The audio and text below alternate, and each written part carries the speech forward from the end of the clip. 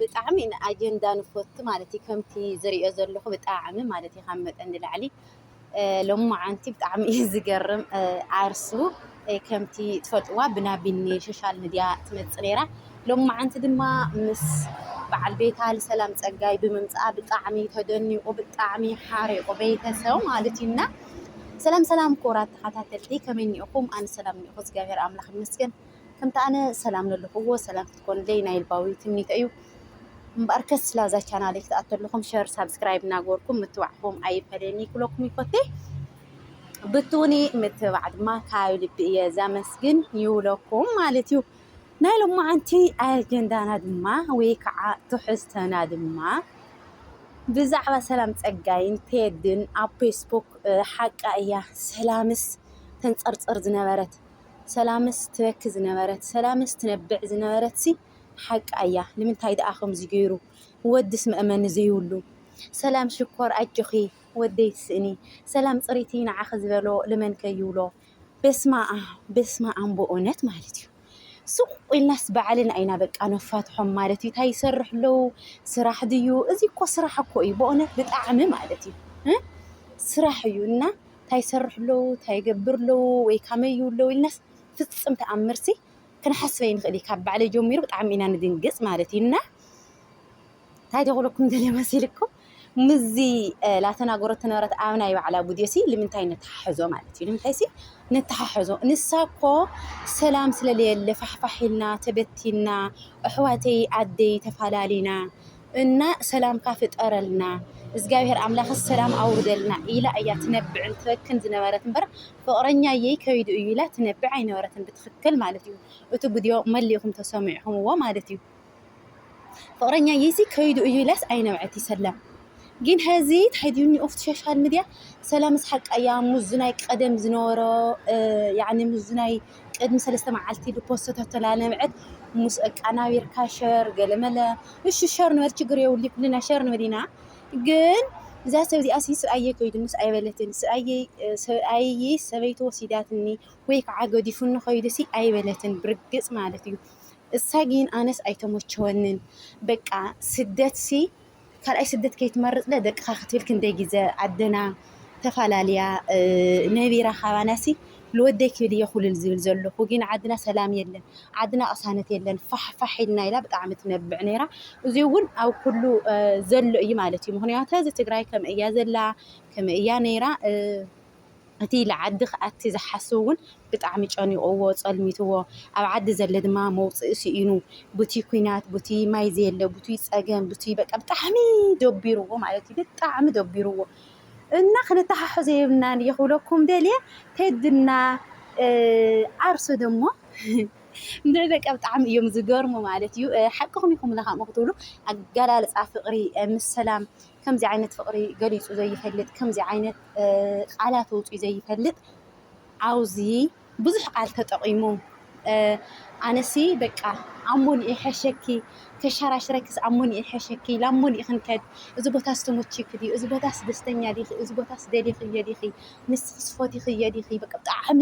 ከምዚ ንልኩም ሓድሽ ፍቅሪ ሓድሽ ተፈቀርቲ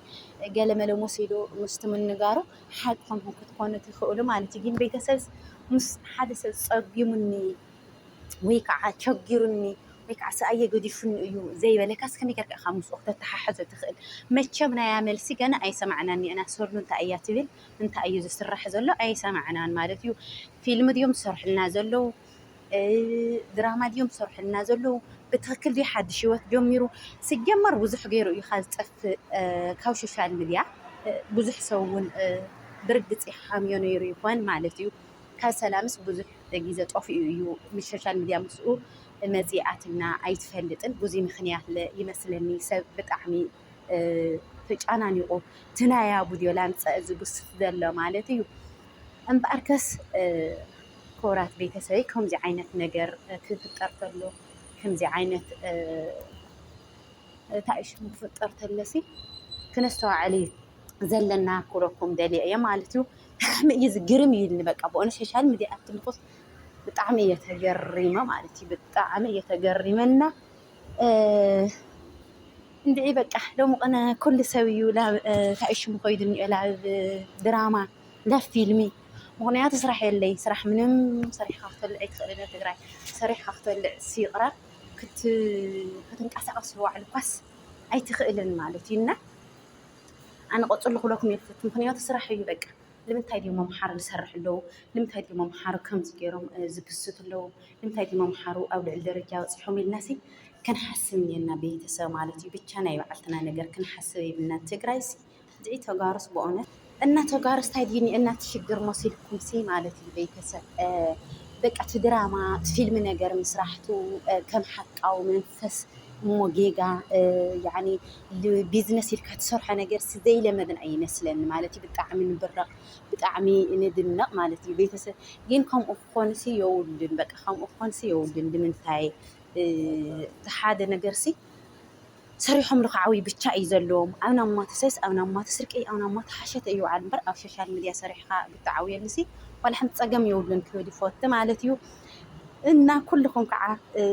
حاسوكم أو كومنتي رؤيتهم أو كومنتي كده كل مالتي جاجل لخطفينا يكرتاب أونت يعني مغنياتي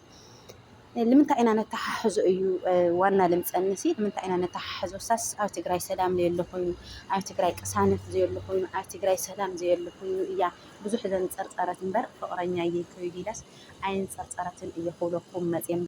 رم عليك بتعمي إنا نجرم سراحسي سراحس فلينا خنفلتني أنا سراحن يعني كألدنكم نجرن فلينا خنفلتني أنا مالتي كسلام دما سلام دما على ملس ختيب نسبة صباح مالتي كورة بيتزا كل خناجين زوم ساعات زيهم وليدهم زوم ميدوك سكاوت قانو كفار عليو ويك عخب بأسو نحنا صلت خنجبريه بنان كو يعني فقرام بورتيرو حاويو على درجة وزيهم مهارت فقر بخون النعينا تسخن جبر مالتي نحن تححز يبلنا مالتي بيهذا لعدنا سلام من رهوان لا تمنه أزياك في الليكم تتمرجاتكم هاس شير سبسكرايب نابوتي سواءكم أي فلاني كلكم فتي سسنا يتبرمو معكم تجاروا يصير تفاقرنا مالتي كمتم أمحارو فيلم اللي سرح له كمتم أمحار دراما سريحهم بس حضر رأي لما لسي تجاروا خامة يوم يروم ستنتها وعمية النمبر كم زي عينة نجار كومنت لا صحفنا ويكعلو خان نجار لا صحفنا سي كنا دبلومس يبلنا يلكم أنا مالتي ويكع خن صرفومس يبلنا عايزهم بقى متابع نجارين خن صحف لنا تجارس زي كلام دبل خوينس بقى بتتراي زلك بتتخطى تاريخ زلك من قد ترح خد كد يزمر حكا مالتي إن على دحرك تمليس صواب حلكم كورات بيتسوي تعموس السناينا تمنكم أزياء كفليكم باي باي السناي دما يمني لكم سلام لهزب تقرأي سلام لكل عالم سدتنا دمو إزقابيهم أملاخ يحصرنا كولكم يفدي باي شير سبسكرايب لايك مهار زبالة كومنتي ودوفو اللي مالتشو نفتوتو يربلكم كعب تعمي تشاو تشاو تشاو تشاوات